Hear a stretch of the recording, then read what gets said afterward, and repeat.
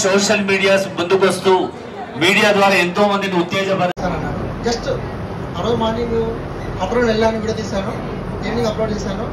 నా పేజ్ అప్పుడు 6000 ఫాలోవర్స్ ఉన్నారు గైస్. అంటే పేజ్ కాదు, యూట్యూబ్ 6000 ఫాలోవర్స్ ఉన్నారు.